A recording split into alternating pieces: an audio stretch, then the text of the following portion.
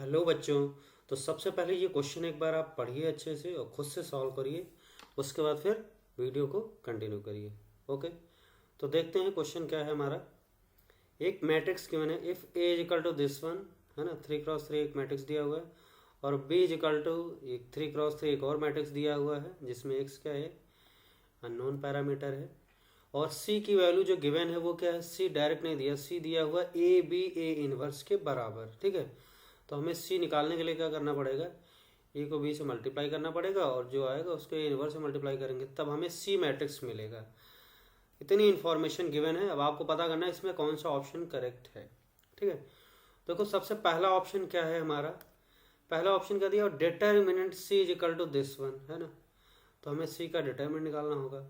उसके बाद दूसरा ऑप्शन है for x is equal to zero if C into this, है ना, इसका ट्रांसपोज, एक मैट्रिक्स लिखा हुआ है, ट्रांसपोज करके सी से मल्टीप्लाई करना है और उसको क्या करना है, 1 1 2 ट्रांसपोज के बराबर है, तो इक्वेट करके हमें लैम्डा म्यू मिलेगा। ठीक है। अगला अगले में भी वही है। अगर आप सी निकाल चुके हो तो सी को क्या करो, लैम्डा म्यू 1 के ट्रांसपोज से मल्टीप्लाई करो, तो ये क्या होगा, 3x1 का मिल जाएगा मैट्रिक्स, और इसको इससे कंपेयर बराबर कर देंगे तो लैम्डा म्यू की वैल्यू मिलेगी, और ये सम करके देखेंगे क्या आता है।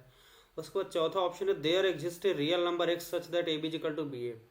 तो हम क्या करेंगे, ए बी निकालेंगे और बी ए निकालेंगे, ए बी और बी ए को बराबर करके देखेंगे, और बराबर करेंगे तो करस्पॉन्डिंग पोजीशन वाले एलिमेंट बराबर करेंगे तो हमें एक्स की वैल्यू मिलेगी। हो सकता है एक्स की वैल्यू यूनिक मिल जाए, हो सकता है ना मिले। अगर नहीं मिलेगी तो क्या होगा कि एक एक्स की रियल वैल्यू पॉसिबल नहीं होगी जिसके लिए A B equal to B A हो। अगर एक्स की एक ऐसी वैल्यू आ गई जिसके लिए ए बी बी ए बराबर है तो हम बोल सकते हैं ये बात सही है। ठीक है। तो देखते हैं। तो सबसे पहला ऑप्शन इसमें क्या है, बहुत ही आसान है। देखो determinant C equal to x, मतलब ए का सी का डिटरमिनेंट निकालना है, और डिटरमिनेंट निकालने के लिए आपको सी मैट्रिक्स पता होना जरूरी नहीं है, मतलब निकालने की जरूरत नहीं। कैसे, इसमें डिटरमिनेंट अप्लाई कर दो, अप्लाइंग डिटरमिनेंट बोथ साइड, है ना, अप्लाइंग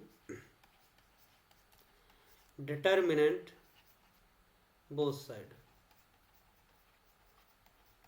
अगर हम बोथ साइड डिटरमिनेंट अप्लाई करेंगे तो क्या होगा, देखो सी का डिटरमिनेंट क्या हो जाएगा, सी का डिटरमिनेंट हो जाएगा ए बी ए इनवर्स का डिटरमिनेंट।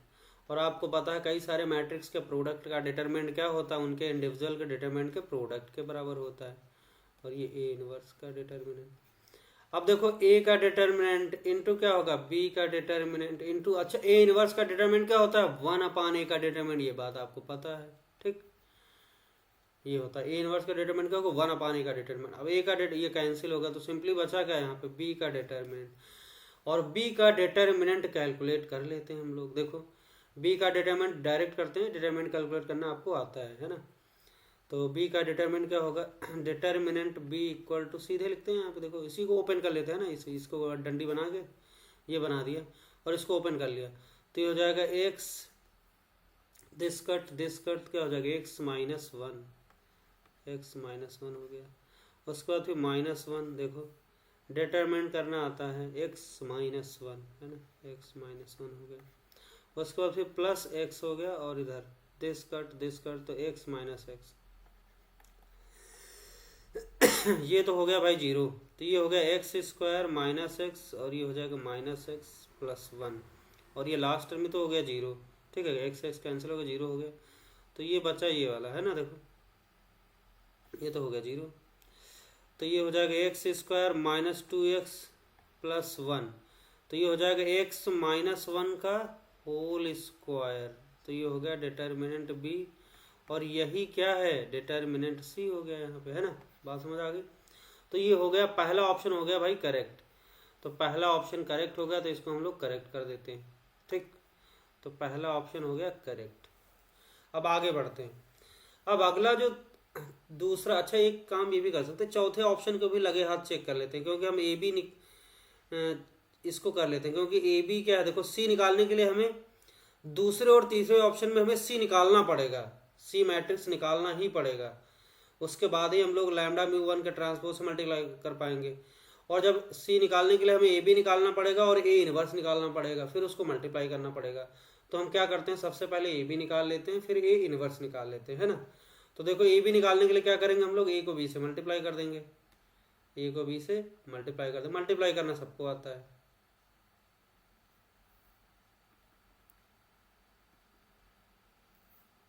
ए को बी से मल्टीप्लाई करना है, ठीक है। ओके, किया जाए भाई। ए को बी से मल्टीप्लाई करते हैं तो ए यहाँ पे ए बी लिख लेते हैं। तो ए बी कैसा होगा, देखो ए बी है हमारा, पहले ए लिख लेते हैं, 1 0 0 है ना, 1 1 0 1 1 0 0 1 1 0 1 1, और इसको ये हो गया A B x 1 x x 1 x x x 1 1 1 1 1। अब देखो मल्टीप्लाई करें, ये हम ऑलरेडी करके रखे हुए हैं, कर लिया, पहले से कर लेते हैं ना, पहले से करके रखा हुआ, डायरेक्ट लिख दूं कोई दिक्कत नहीं, क्योंकि ये कल करना आता है तो इसमें क्यों टाइम वेस्ट करें, सीधे मैं लिख रहा हूँ, ऑलरेडी मैंने कल कल कल के करके रखा हुआ है ना। देखो तो ए बी की जो वैल्यू आती है वो आती है x, और ये 1 हो गया और x, ये आएगा प्रोडक्ट करने पे 2x। करना आता है, इसमें कोई बड़ी बात नहीं है, बताने की जरूरत भी नहीं है ना, मल्टीप्लाई ही तो करना है x प्लस 1, और ये हो जाएगा x प्लस 1 x प्लस 1 2।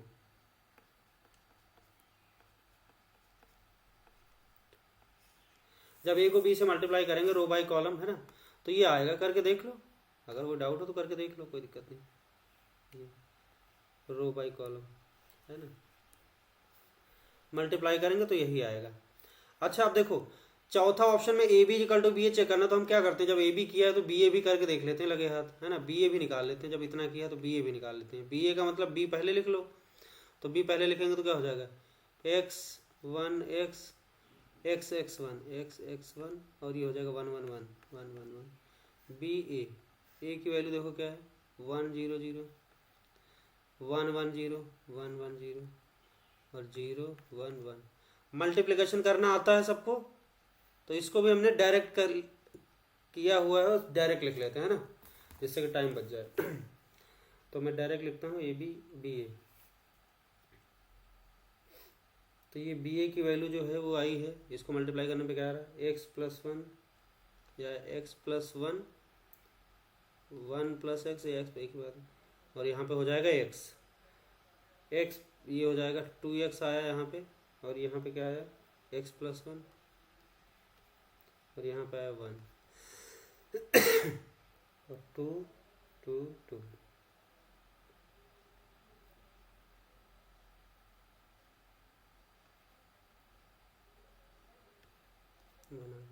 ये अब ध्यान से देखो, आपके पास ए बी यहाँ पे है, कहाँ है, ये रहा, ये आपका ए बी है ना, और ये क्या है, ये वाला क्या है, बी ए है, ठीक। ए बी बी ए इसको चेक करना है, ए बी बी ए के बराबर है कि नहीं है, तो हम ए बी बी ए बराबर कराते हैं। देखो हम सबसे पहली बात क्या करेंगे, करेस्पॉन्डिंग पोजीशन, तो x की वैल्यू किसके बराबर करा देंगे, x प्लस 1, तो x की वैल्यू x प्लस 1 के बराबर हो पाएगी कभी, x equal to x plus 1 होना चाहिए, है ना, और 1 इजिकल टू किसके बराबर होना चाहिए, 1 प्लस एक्स के बराबर होना चाहिए, और यहाँ x के बराबर x है, तो देखो यहाँ से x की वैल्यू क्या आ गई, 0 आ गई, और यहाँ x की वैल्यू क्या आ रही है, अगर x 0 डालेंगे तो यहाँ पे क्या हो गया, 0 इजिकल टू 1, तो ये तो पॉसिबल ही नहीं है, कोई ऐसा x की वैल्यू मिल ही नहीं पाएगी जिससे कि ये वाला हो पाए। अगर ये मेंटेन किया है ना, ये वाला मेंटेन किया तो ये गड़बड़ हो जा रहा, तो इसका मतलब x की ऐसी कोई रियल वैल्यू पॉसिबल नहीं है कि जिससे कि ये वाला मैट्रिक्स इसके बराबर हो जाए। और आप ये भी देखो यहाँ पर तो पहली रो के ही एलिमेंट गड़बड़ कर गए, तो बाकी आगे कोई मतलब ही नहीं है ना, चेक करने की जरूरत भी नहीं है, तो हो ही नहीं पाएगा। तो इसका मतलब there exist a real number X such that A B equal to B A, ये पॉसिबल नहीं होगा, तो ये स्टेटमेंट क्या हो गया, ये तो हो गया गलत, है ना। कहा गया इसमें there exist a real number X such that A B equal to B A, ऐसा कोई रियल नंबर एग्जिस्ट ही नहीं करेगा जिसके लिए ये चीज़ हो, तो ये तो पॉसिबल ही नहीं है। तो हो गया आपका चौथा ऑप्शन वेरीफाई होगा। अब बचा हमारे पास दूसरा और तीसरा ऑप्शन बचा, इसको चेक करना है, और दूसरा तीसरा ऑप्शन देखो सिमिलर है, तो दूसरे के लिए जितना काम करना है तीसरे के लिए उतना ही काम करना है, बस राइट साइड वाला कंपैरिजन वाला मैट्रिक्स डिफरेंट है बस। तो हमें निकालना क्या पड़ेगा, सी निकालना पड़ेगा, और सी निकालने के लिए हमें क्या करना है, ए बी तो निकाल चुके हैं, ए इनवर्स निकाल लेते हैं, मेहनत वाला काम है, ए इनवर्स निकाल लेते हैं।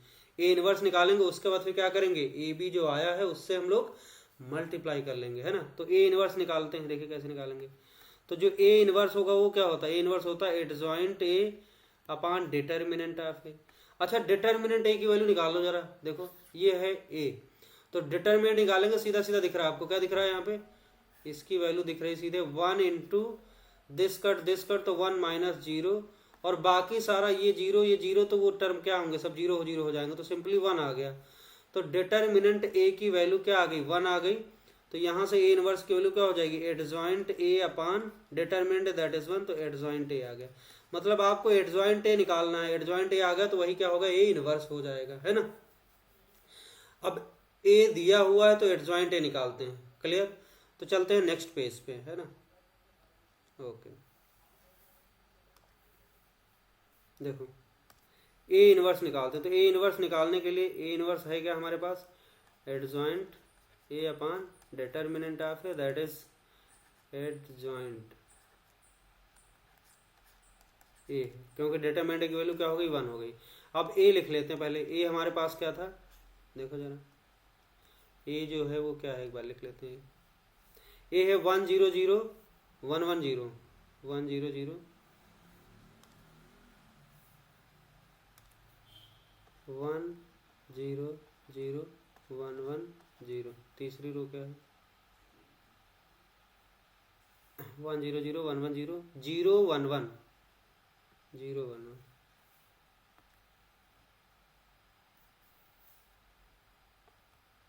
0 1 1। ये है हमारे पास ए, ठीक है। ए आ गया आपके पास, ए आ क्या गया, ए तो दिया ही है ना। अब हमें निकालना है एडजॉइंट, तो इसके लिए हमें कोफैक्टर लिखना पड़ेगा, ठीक। तो देखो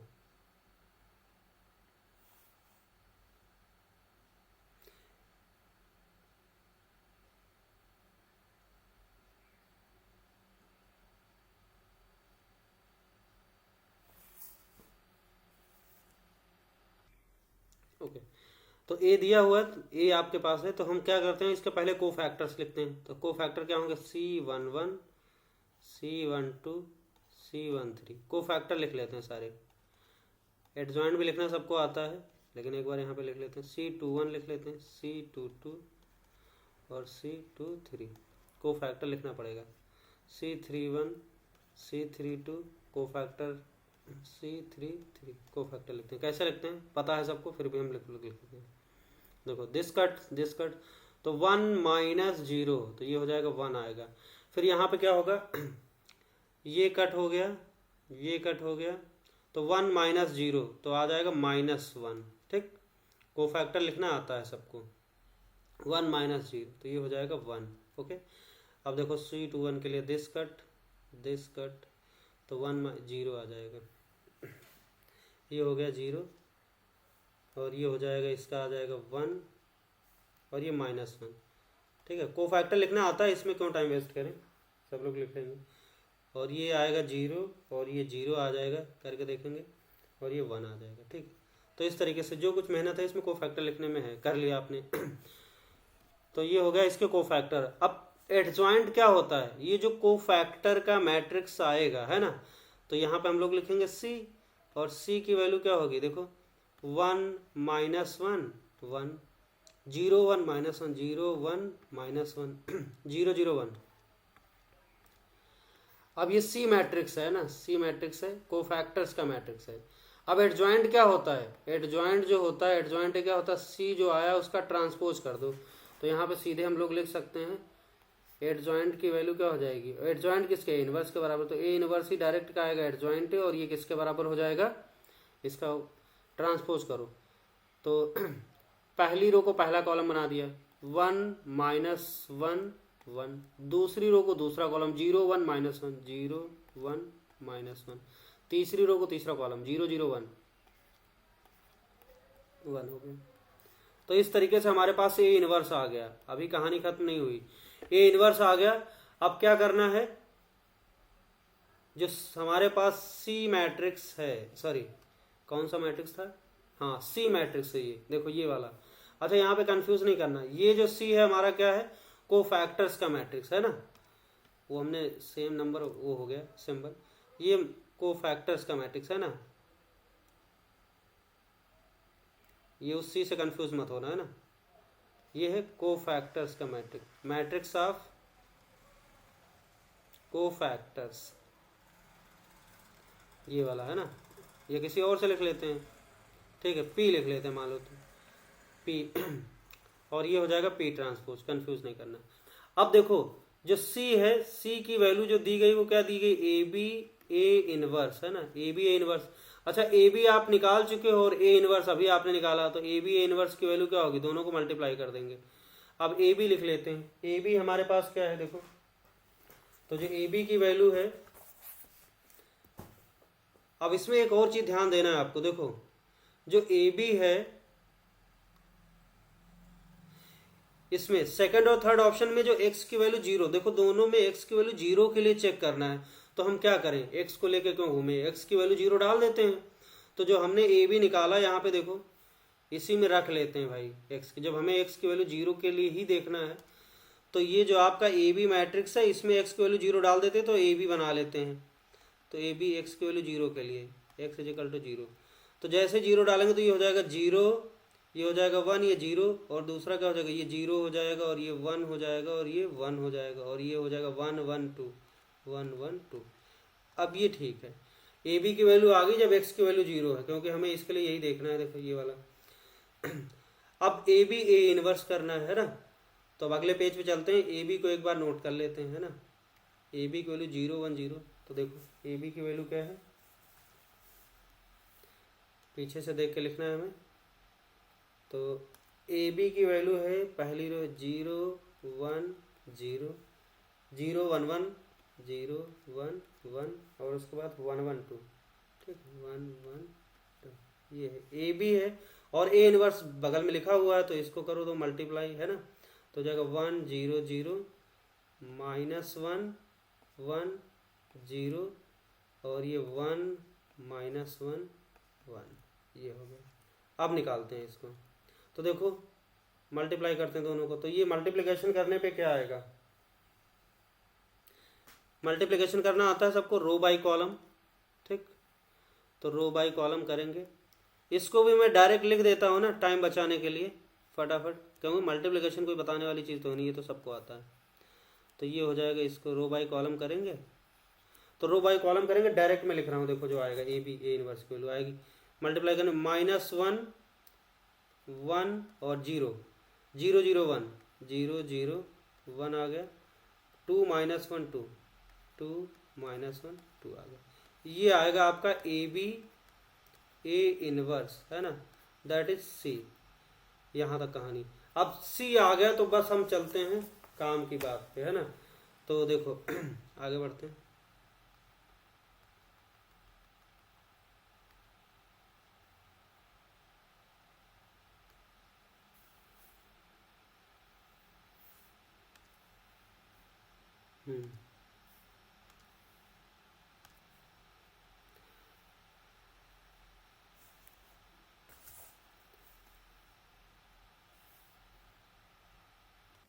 ओके तो दूसरा ऑप्शन दिया है x इजिकल टू 0 के लिए c इंटू लैमडा म्यू 1 का ट्रांसपोज इक्वल टू एक मैट्रिक्स के बराबर दिया हुआ, तो सबसे पहले हम लोग क्या करते हैं, c को इससे मल्टीप्लाई कर लेते हैं। तो c की वैल्यू आप ऑलरेडी निकाल चुके हो, c क्या है देखो लिख लेते हैं पीछे से देख के, तो c जो है वो है माइनस 1 1 0 1 0 0 0 1 0 0 1 और ये 2 माइनस 1 2 2 माइनस 1 2, ये हमारा सी, ठीक है। और इसको कैसे मल्टीप्लाई करना है, लैम्डा म्यू और 1 से, तो जब इसको मल्टीप्लाई करेंगे तो क्या आएगा देखो जरा, ये आएगा आपका रो बाई कॉलम से मल्टीप्लाई करो,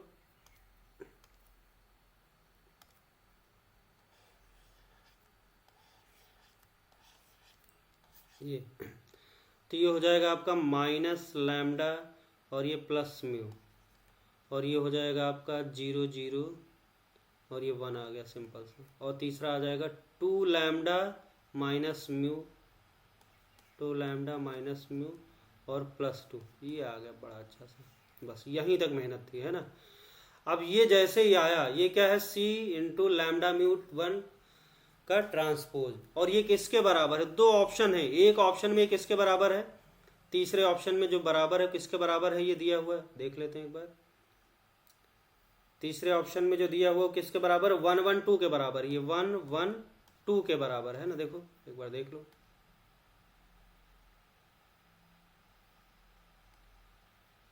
देखो किसके बराबर है, 112 का ट्रांसपोज, तो कॉलम क्या हो जाएगा, कॉलम मैट्रिक्स हो जाएगा 112, ठीक है, इसके बराबर है। फिर आपको देखना है कि लैम्डा प्लस म्यू की वैल्यू क्या होगी, कोई दिक्कत नहीं। देखो तो ये हमने कर दिया 112 के बराबर। अब यहाँ से आप कंपेयर करके लैम्डा म्यू की वैल्यू फटाफट निकाल लोगे। तो जैसे हमने कंपेयर किया, देखो यहाँ से क्या पता चला, माइनस लैम्डा प्लस म्यू की वैल्यू क्या आ जाएगी 1, और 1 तो 1 बराबर है ही है, और क्या होगा 2 lambda minus mu plus 2 equal to क्या होगा 2। तो यहाँ से आप देख सकते हो, यहाँ से आ गया 2 lambda minus mu equal to 0 हो गया। ये पहली इक्वेशन, ये दूसरी, दोनों को ऐड कर देते हैं। दोनों को ऐड करेंगे तो क्या हो जाएगा, लैम्डा, देखो minus lambda plus 2 lambda, lambda हो गया, प्लस म्यू माइनस म्यू खत्म हो गया, तो ये क्या आ गया 1 आ गया। तो लैम्डा की वैल्यू 1 आ गई, तो म्यू क्या आ जाएगा, mu equal to 1 plus lambda, तो हो जाएगा 1 प्लस लैम्डा की वैल्यू 1 डाल देते, तो म्यू की वैल्यू आ गई 2। समझ आ गया। और ऑप्शन में क्या दिया हुआ है, लैम्डा प्लस म्यू पूछा गया, तो लैम्डा प्लस म्यू की वैल्यू क्या हो जाएगी 1 प्लस 2 दैट इज 3। देखो 3 आ रही कि नहीं आ रही, बिल्कुल आ रही है ना, चेक कर लेते हैं।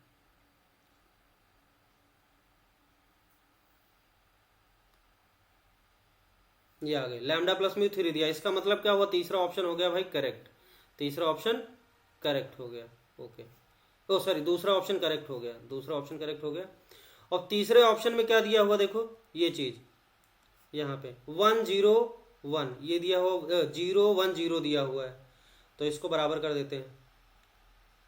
और फिर लैम्डा प्लस म्यू की वैल्यू निकालना, 0 1 0 का ट्रांसपोज करना, तो कॉलम मैट्रिक्स आ जाएगा 0 1 0, है ना। चलते हैं 0 1 0। देखो अब इसी को किसके बराबर कर देते हैं, इसी वाले को किसके बराबर कर देते हैं 0 1 0 के, है ना, 0 1 0। तो दिख रहा है आपको, देखो ये तो बराबर है ही है, तो यहाँ से कंपेयर करने पे क्या हो जाएगा, ये इसके बराबर कर दो, तो माइनस लैम्डा प्लस म्यू की वैल्यू क्या हो जाएगी 0, और तीसरा 1 1 बराबर है ही है, 2 lambda minus mu plus 2 equal to 0। ये इक्वेशन हो गई 1 और ये हो गई 2। इन दोनों को सॉल्व करो जरा, है ना, इन दोनों को सॉल्व कर लेते हैं। तो ऐड करें तो हो जाएगा आपका लैम्डा और म्यू म्यू कट गया प्लस 2 इक्वल टू 0। तो लैम्डा की वैल्यू क्या आ गई -2, और म्यू की वैल्यू क्या होगी, देखो ध्यान से, म्यू इक्वल टू क्या होगा लैम्डा हो जाएगा यहाँ से। तो म्यू की वैल्यू लैम्डा, लैम्डा -2 है, तो म्यू की वैल्यू भी क्या आ गई -2 आ गई।